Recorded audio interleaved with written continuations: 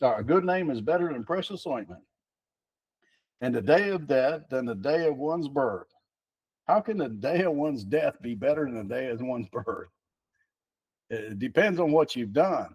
If you've accepted Jesus Christ, the day of your death, for me to depart is far better. For me to die is gain. You can't say that if you're a lost man, because as soon as you take your last breath, you're going to be dropping off into hell. It's better to go to the house of mourning than to go to the house of feasting. And for that is the end of all men, and the living will lay it to heart. That's one of the things I think the Lord really helped me with, is let us go to this nursing home for about 10 years. Might have been longer, I can't remember. But what you see in there is all these old people that can't hardly move, and some of them can't even get up and go to the bathroom by themselves. And you get looking at all that stuff. It helps you balance yourself and not think that you're going to be this way forever.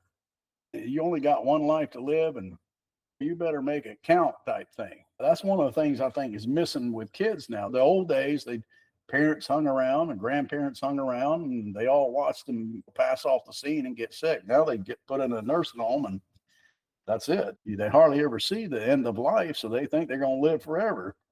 They don't find out, oh no, I'm not going to live forever until they're about 60. It's like too late. Sorrow is better than laughter, for by the sadness of the countenance of the heart is made better. The heart of the wise is in the house of mourning, but the heart of fools is in the house of mirth. It is better to hear the rebuke of the wise than for a man to hear the song of fools. See how that thing is it's a negative thing. I like sad movies.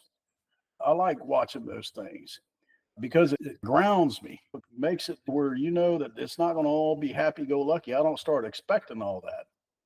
It makes you thankful for one thing, that you're not having to go through it. But that thing we were talking about this morning about empathy, empathy is an ability to be able to feel and experience the effects of someone else. It's an ability. If it's an ability, it's something you can learn. And you learn it by spending some time there in those shoes. And what a better design that God came up with. It said, now listen, if you want to get close to me, I suffer many things. God's saying that. I suffer all things. And you want to get close to me and get to know how I feel and how I think, go through some of that stuff with me. And the next thing you know, maybe his wife run off, maybe your wife run off and lied about him and all that.